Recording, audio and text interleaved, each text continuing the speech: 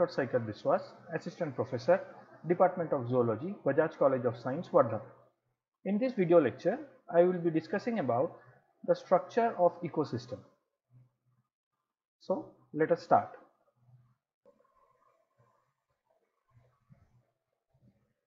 Before discussing about the structure of the ecosystem, we must understand what is an ecosystem. Ecosystem is a functional unit comprising all organisms in a particular space, interacting with one another and with their physical environment, and are interconnected by an ongoing flow of energy and a cycling of materials. We have to remember that in ecosystem, organisms not only interact with each other but also they interact with the physical environment. They are also interconnected by an ongoing flow of energy and cycling of materials between them. Now we will look at the components of the ecosystem. Ecosystem comprises of two components or parts. One is abiotic component and other is biotic component. So first we will see what are abiotic components. Abiotic components are the physical or the chemical factors that act on the living organisms at a part of their life. These are also called as the ecological factors. Light, air, soil and nutrients etc. form the abiotic components of an ecosystem. These are actually the non-living parts or the non-living components of the ecosystem. On the other hand, biotic component comprises the living components of an ecosystem. Some of the factors include plants, animals as well as fungi and bacteria. These biotic components can be further classified based on the energy requirement source. So now we will discuss the abiotic components or the non-living components in details. The abiotic component of the ecosystem refers to the physical environment or the non-living factors. Abiotic factors greatly determine the functions, distribution, structure, behavior and interrelationship of the organisms in a habitat. Without the abiotic component, organisms cannot live or survive. Some of the most essential elements for food production and survival for both animal and plants like water and air are abiotic components. Example of abiotic component comprises the soil, atmosphere, solar radiation and water.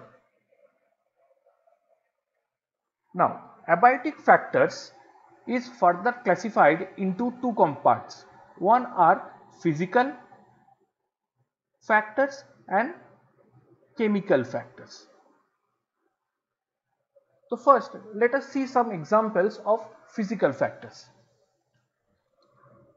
The first example of physical factor is air.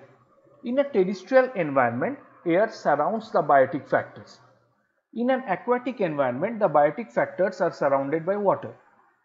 We all know that changes in the chemical composition of air like air pollution from cars or factories impacts everything that breathes the air.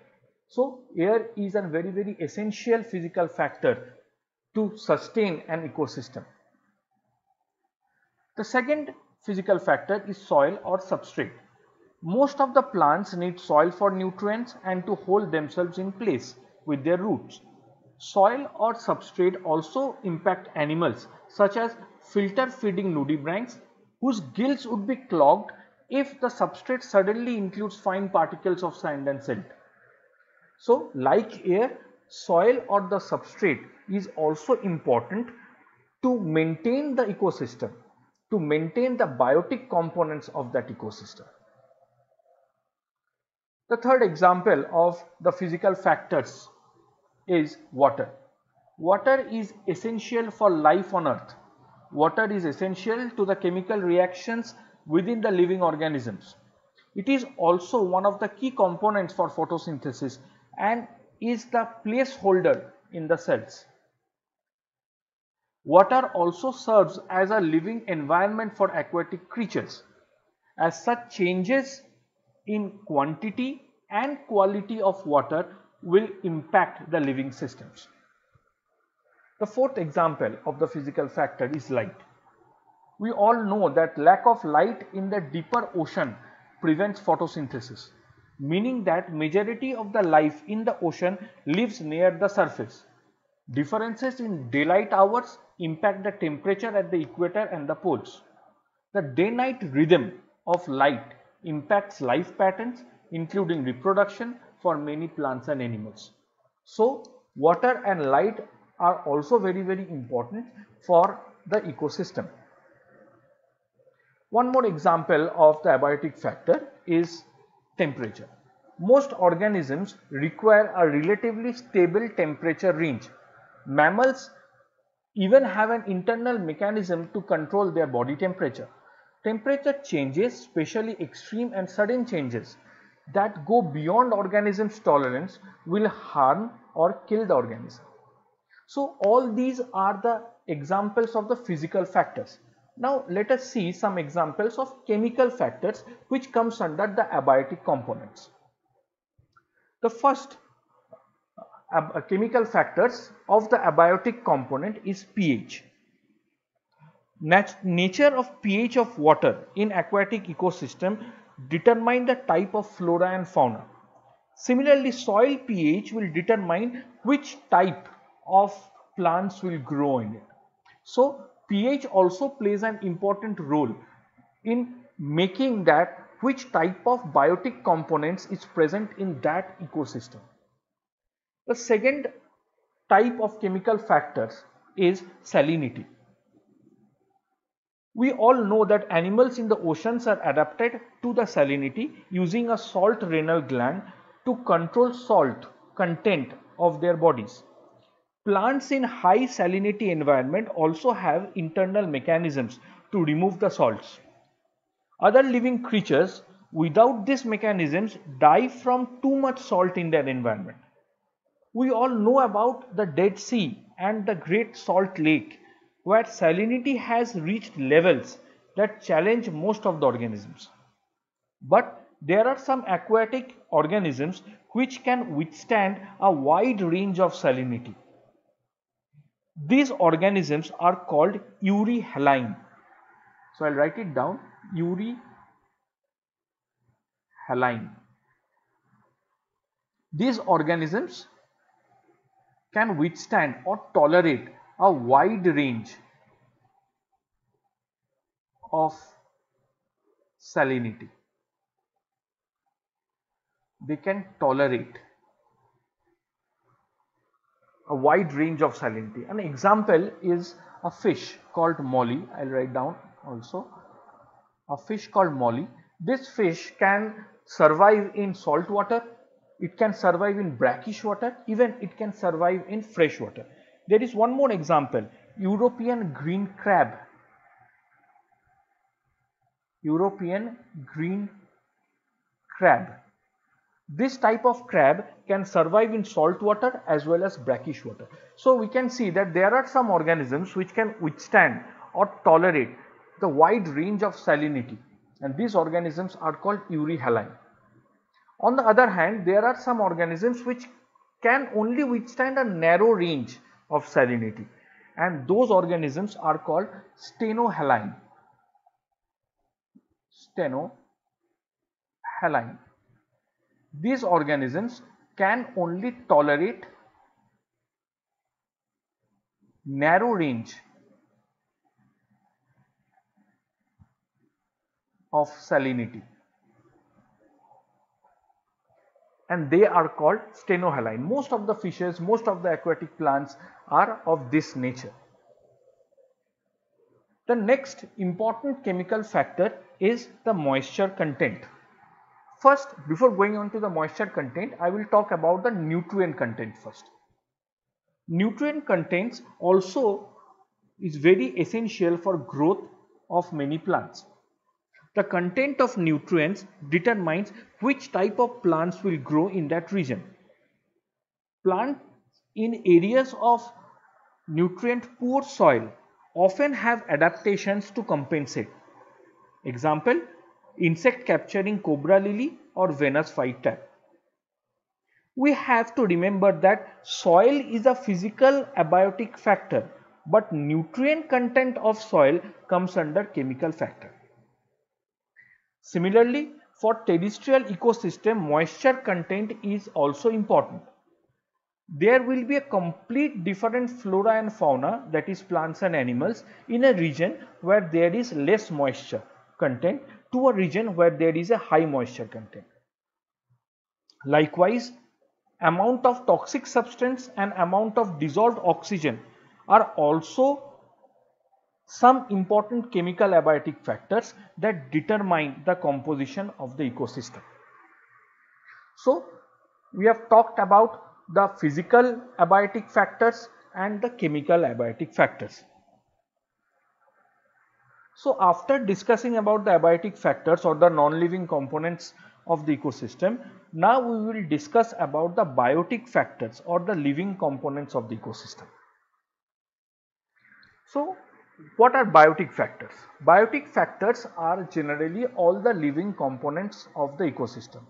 Organisms that make up the biotic component of an ecosystem are classified as autotrophs or heterotrophs based on how they get their food or organic nutrients they need to survive.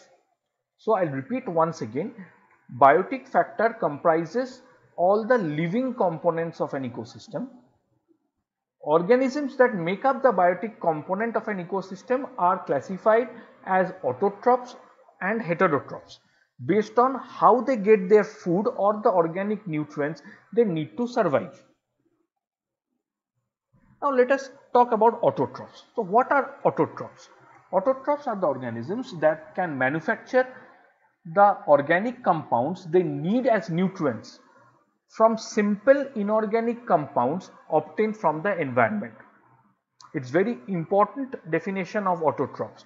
Autotrophs are the organisms that can manufacture the organic compounds they need as nutrients from the simple inorganic compounds which are obtained from the environment. They are also called producers of the biosphere. Now, autotrophs can be of two types, photoautotrophs and chemoautotrophs. As I have said that autotrophs are of two types, photoautotrophs and chemoautotrophs, let us see the differences. In photoautotrophs, the major process of making the nutrients is photosynthesis. So, in photoautotrophs, photosynthesis takes place.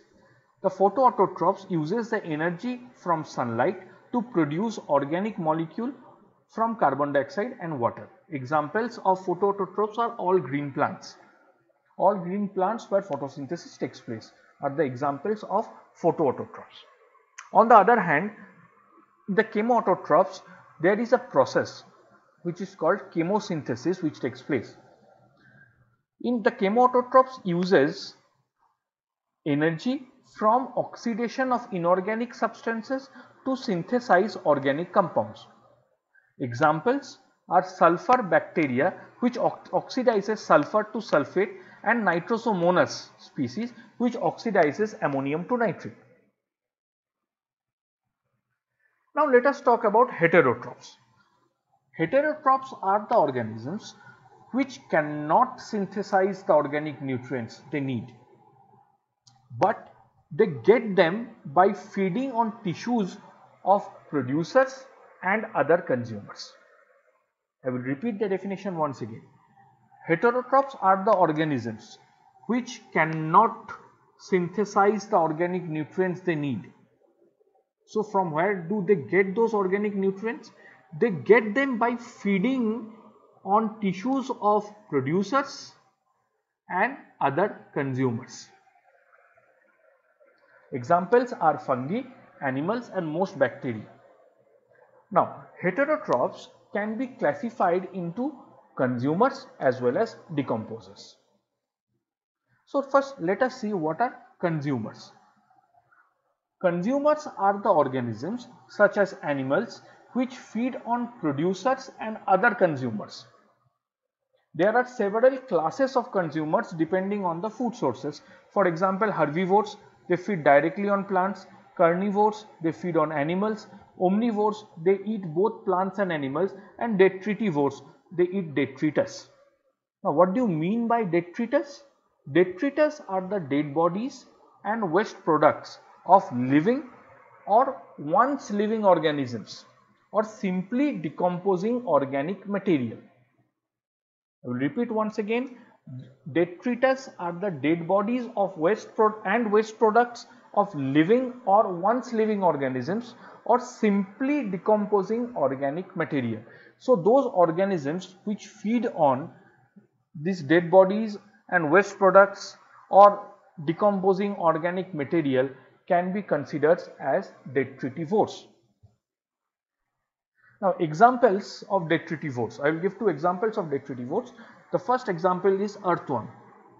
The earthworm feeds on the dead organic matters, for example leaves. So in a vermicompost we put our vegetables, the cut part of the vegetables, and they are put there, and this earthworm they feeds on those. So earthworms is an example of a detritivores. There are also an example of detritivores which is called a dung beetle. So dung beetle normally feeds on the animal feces. They also feed on the dead organic matter which is around. So these two are the examples of detritivores. Now we'll talk about decomposers. Some heterotrophs consume the dead organic matters, and in doing so they carry out the natural process of decompositions. These are called as decomposers. I will repeat once again. Some heterotrophs consume the dead organic matter, and in doing so they carry out the natural process of decomposition. These organisms are called the decomposers. Now we have seen that detritivores and decomposers both derive nutrition from dead organic matters. So what's the difference between them?